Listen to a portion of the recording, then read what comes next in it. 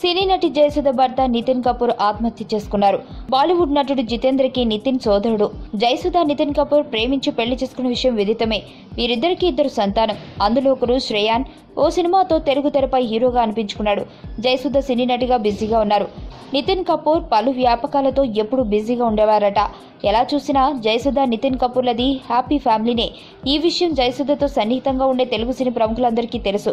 కానీ నితిన్ కపూర్ ఆత్మహత్య చేసుకున్నారంటే ఏదో బలమైన కారణమే ఉండి ఉండాలి. నితిన్ కపూర్కి ఆర్థిక ఇబ్బందులున్నాయట. ఆ కారణంగానే ఆయన గతంలో ఓసారి ఆత్మహత్యాయత్నం చేశారట.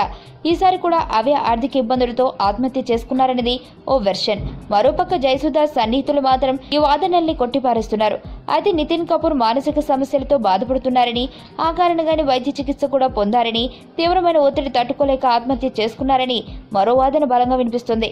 ఈ రోజు మధ్యాహ్నం ముంబైలోని ఓ అపార్ట్మెంట్ 6వ అంతస్తు నుంచి నితిన్ కపూర్ కిందికి దూకి ఆత్మహత్య చేసుకున్నారనేది ముంబై పోలీసులు చెబుతున్న వెర్షన్.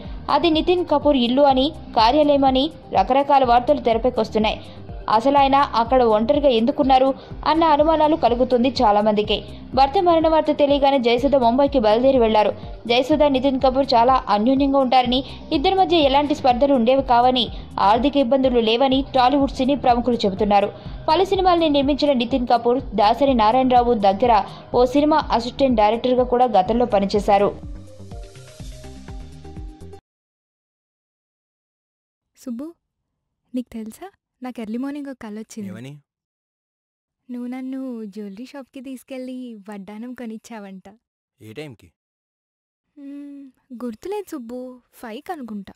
అదే మరి 5కి మీ బాబు వచ్చి బిల్లు కట్టినట్టు నాకు కాల్ వచ్చింది.